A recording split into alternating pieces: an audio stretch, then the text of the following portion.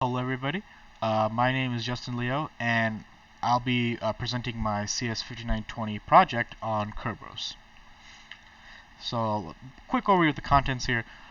Basically, we're going to go through an overview background, the motivation of Kerberos, why the requirements needed, why it was why it was developed, and then we'll go over some uses, and then we'll actually go over the actual algorithm of the Kerberos, talk about the different steps for Kerberos, and then we'll talk about the scalability of the program and compare pros and cons of the protocol, and then we'll go over some improvements, and we'll come to a conclusion discussing the everything that's viable and the future developments of Kerberos. So a quick overview and background. So Kerberos is a computer security protocol, and basically it's an authentication service that between two or more hosts, so between basically a client and a server, or a client and a service, and this is through across an untrusted network. Basically, the assumption is that the communication between the client and the server is untrusted, so we need a way to add some security through the connection. And this is done through a means of secret key, private key cryptography. And the secret key private key cryptography uses a trusted third party for Kerberos. Basically, we have the client, we have the third party, and then we have the server. And the communication between the client, the third party, and the server is what is used to verify the identity of the client and the authenticity of the client, and then a secure line of communication between the client and the server. This project was developed by MIT in the late 1980s for Project Athena. And then this was the initial development. They have two different versions of Kerberos that was developed over time, and there are actually some continuous changes to the protocol today. So a little background of the name itself. So Kerberos, derived from Greek mythology, as you know, or Cerebos, is the three-headed guardian dog. And the key word for it was picked from this was guardian. So pretty much we're guarding the communication between a client and a server. And the three heads in this case, they represent the client, the server, and the key distribution center, which is the third party that I was talking about in the previous slide. So the motivation behind Kerberos. So basically, Kerberos is there to it was developed to address these potential threats. Basically, we have three threats that are laid out. First being a user may gain access to a workstation, pretend to be another user operating from that workstation. So obviously, this is just pretty much your identity theft. Pretty much you're masquerading as someone else, and then you're trying to gain access to the server. And then we have a second threat here. Basically, a user may alter the network's address of the workstation and pretty much alter the request coming from the workstation. So pretty much this point, you're pretty much tricking the server to thinking that the incoming request is from an authorized station, authorized client, but instead it's from a nefarious source. And then we can also have where a user may eavesdrop on a stream of exchanges between a client and the server, and then later use this to gain information or use it for a replay attack. And as we know, there's a bunch of other problems that was described earlier in this class that could happen with these problems here. So to fix these problems, there were a couple of basic requirements set out. As these are very basic requirements, but they pretty much hold true and were very much addressed with the development of Kerberos. So first, we want the communication to be secure. We don't want a network eavesdropper to be able to gain information of the user or even impersonate a user. And then we want the communication to also be reliable, where we want the Kerberos service to be active at multiple periods of time and not be somehow attacked, in the sense that if multiple services are supported by Kerberos, and if Kerberos itself goes down, that means those supported services are also down until Kerberos is active again. We also want the protocol to be transparent, in the sense that we don't want the user knowing the exact levels of authentication taking place behind the scenes. And basically, so from the user's perspective, they're pretty much just entering some basic credentials and then they're able to access the server. But behind the scenes, there's multiple levels of authentication. We also want the solution to be scalable, in the sense that we want a big network of clients and servers, and then we want this architect, and we want for potentially the clients could access any number of servers at any time, and potentially this network could grow with multiple clients and multiple servers, and also like shrink over time. So modern uses of Kerberos, it's found in various places in the digital world. Various companies use Kerberos itself or an adapted version of Kerberos. You can see Windows, Apple OS, Unix. At some point or other, they all used Kerberos in their systems.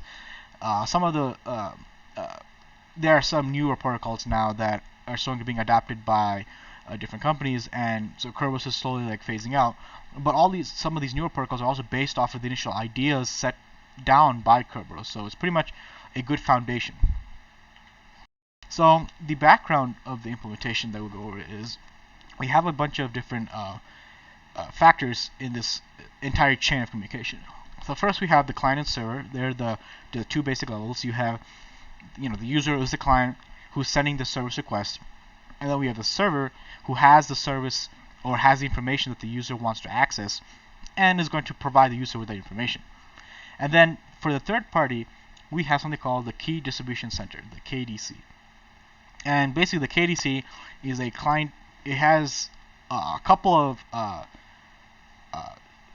of pieces inside the KDC, but basically it's a client database, and it's also an authentication server, and it's also a ticket granting server.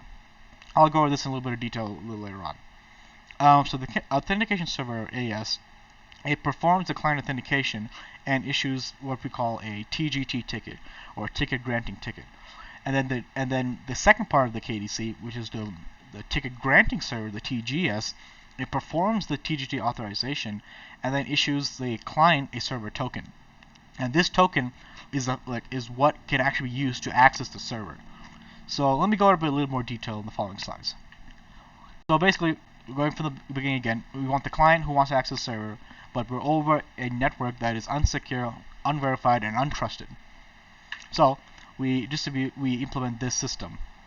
So the first step is we have the client, and we have them accessing the key distribution center, specifically the authentication server part of it. And they basically are sending a request and it's encrypted with their password or their secret key. And the password is itself not sent over the unsecured network, and that as it is encrypted.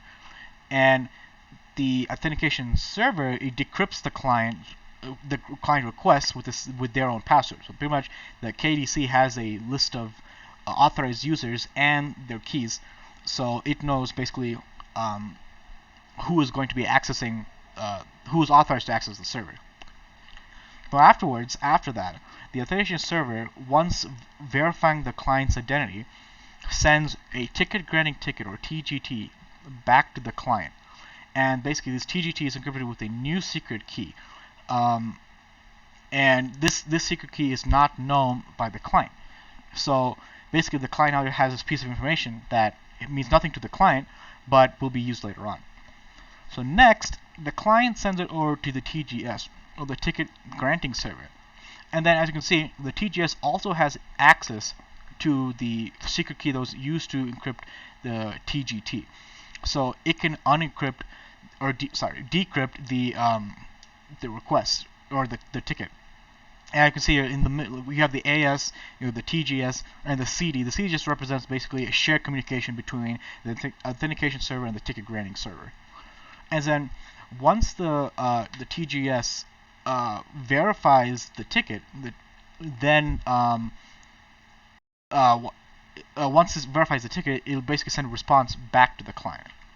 So here we have, like I said, the TGS issues the client after verification something called a token, and this token is what we use to access the server. And this again is encrypted with another secret key. This is known only to the TGS, which is a ticket granting server, and the actual server that has the service the client is trying to access. And this token has a lot of important information, such as a form of authorization, time of use, and any limits. So pretty much it has all the metadata that the server needs to provide secured and limited or potentially limited access to the respective client. And then The client then sends the token to the server, and now the server is will allow communication between the client and the server. And since the server has the red secret key here, it can decrypt the token and realize that the token has come through basically come through the means of the third party, as the client does not have access to this secret key. And basically, another way of thinking of this token is a token is kind of like a movie ticket, in the sense that the movie ticket has information of what movie are you going to see, what time is the movie, how many people are allowed, pretty much. So basically, that has the same thing. So it'll basically tell the server what does the client have authorized access for, like the length of access, specific levels of information that the client can access, or the specific levels of the service that the client can access. So basically, it just sets all the data the server needs to provide controlled access for the client. And then the typical attributes on these tickets, not just the tickets, but the token, the tickets being passed forward to the different parties, are you have like the username, the respective sender IP address, receiver address. You also have the service name being accessed, your timestamps, and then various other request details. And these request details can include any other further like restriction controls that could be designed by basically the creator of the server. And then for the TGS specific information, we have authentication details, limitations, we have the token lifetime, and session service keys. So pretty much when the token comes back, it also comes back with the key for encrypted communication between the client and the server. So basically these keys will expire, and the token is very specific about levels of access for this time. So if you look at a brief summary over here, basically the Kerberos protocol uses basically it uses a secret key of some sort for all levels of communication that is ever over the untrusted network. So every time it's not in one of these boxes, pretty much, there's some key used, and all parties don't know all of the keys, pretty much. And since all parties do not know all of the keys, one of these parties being vulnerable or under attack also does not guarantee that the attacker can gain all information. And another summary here, this time a little bit more detail. We have the client going to the server, sharing his important information, and then we have the keys being shared. And then we see over time we have more important information being shared across like lifetime, the ticket IDs, tickets, and then we also have architectures, and then we have different tokens or flags, as the Kerberos protocol likes to call it, for the levels of access, which we'll go in a little bit. So we have various advantages and disadvantages of this whole protocol in the first place for Kerberos. So some of the advantages are the clients and services are mutually authenticated, right? So they authenticate each other, and like I said, every time there's communication with the untrusted network, it's through a means of a secret key. And then tokens have limited access, so there's no such thing as nefarious sharing of tokens, and the passwords are never directly sent over an encrypted network. And then it's also a more efficient way of sharing keys. Some of the disadvantages is that pretty much you're assuming that the hosts connected in this whole chain are trusted. Even though we have a system of keys, like I said, one of these parts is vulnerable to an attack. Like if the specific part of the key distribution is attacked, like the authentication server, we could have a potential problem, as the client and the TGS server are both assuming that the authentication server is authorized or legit. And it's pretty much a all for nothing implementation. That means since this is a huge workflow and it's like a linear workflow, any part of this chain goes down or breaks or service is potentially attacked, that means the whole service is disrupted. The user cannot access the information, or multiple users cannot access information until any part of this chain is fixed.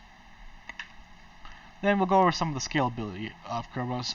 So Kerberos was initially created, like I said before, to be scalable.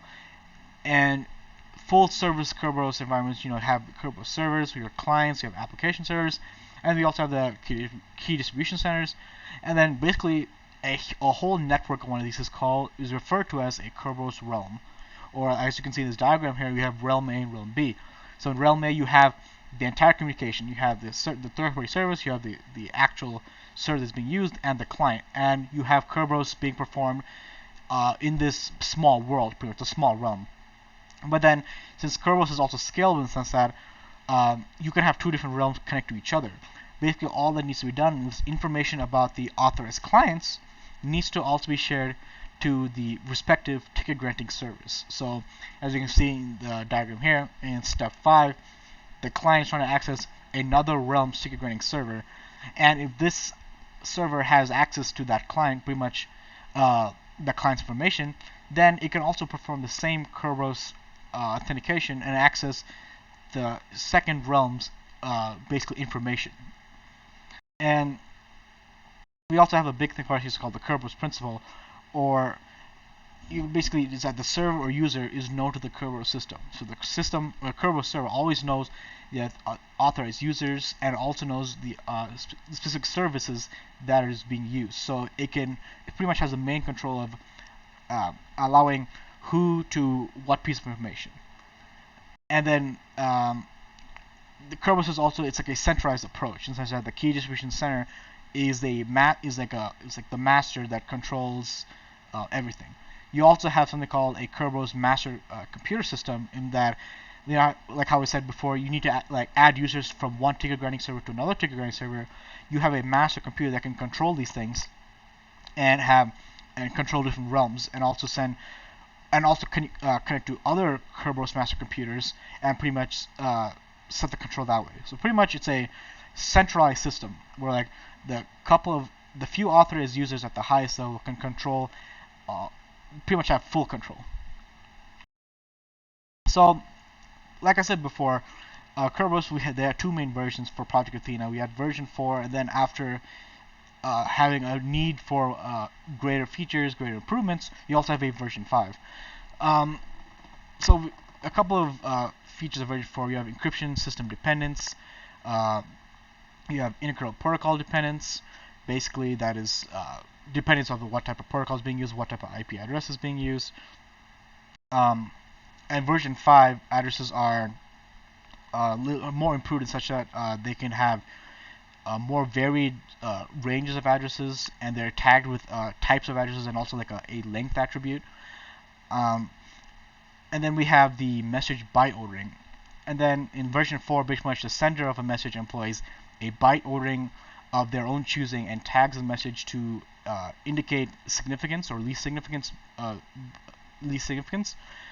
And this technique works, but it's not, but does not follow established conventions. And in version 5, this is addressed by all messages structures are pretty much defined using an abstract syntax 1 notation, or like a universal notation of the ASN1, and the basic encoding rules, or the BER rules.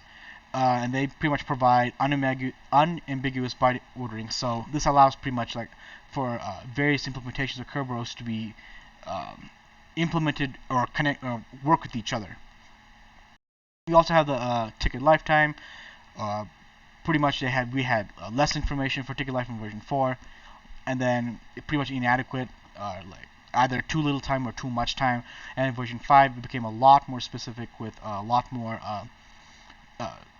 higher divisions of time allotment, pretty much. And then also, next we have the authentication forwarding. Version 4 does not allow for credentials issued to one client to be forwarded to some host and used by the other same client. And this capability will enable a client, I guess, or to access a server and have the server access on behalf of pretty much another client. So basically, one client is impersonating another, but through a authorized means. But version 5 provides this capability, where version 4 did not. And then we also have the last major thing is the inter-realm authentication. So basically, this applies more to the scalability factor in the terms of realms. In version 4, interoperability among like a given n realms requires a n to the power of 2 Kerberos to Kerberos relationships to be described. So we have a lot of relationships, and this can be hard to implement, as it's just gets too dense with too many connections. But in version 5, it allows for less connections and fewer relationships, and this allows for greater amounts of required relationships and like pretty much pruning out the non-required relationships. Pretty much, and here's like a summary in the in more specific details of the improvements from version 4 to version 5. Like version 5 is used much more today, with even more improvements coming on and like tweaks here and there based on the specific implementation. But they have more flags for the tickets and tokens being sent. We have flags like initial, the pre-authentication, the hardware authentication, renewable, may post-dated, and invalid. And then pretty much you can use these extra flags to set more levels of security, pretty much, such as like date of ticket issuance, greater details of expiry, what type of hardware, what type of hardware is actually allowed to access the server.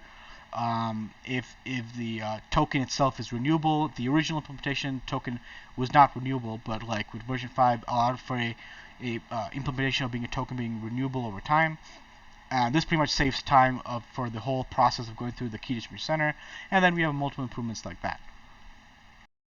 So pretty much in conclusion, Kerberos is a computer system protocol or computer security protocol that is designed to facilitate secure access and secure trusted access from a client to a server/service, and it's designed to address many security aspects and potential security flaws that other protocols had. And it's a very simple, yet it's a very effective algorithm, and it's also very scalable and has a bunch of advantages like we discussed before. And like I said there are multiple modern implementations of Kerberos, and there's also continued support for Kerberos, in the sense that there's continuous updates and continuous research in the realm of Kerberos for analyzing more intricate vulnerabilities, as well as adding more and more features in the form of like the specific keys that are being sent across or the specific fields being sent across the different keys and messages. Here are my references. So I thank you everyone for watching my presentation, and I hope you all learned something.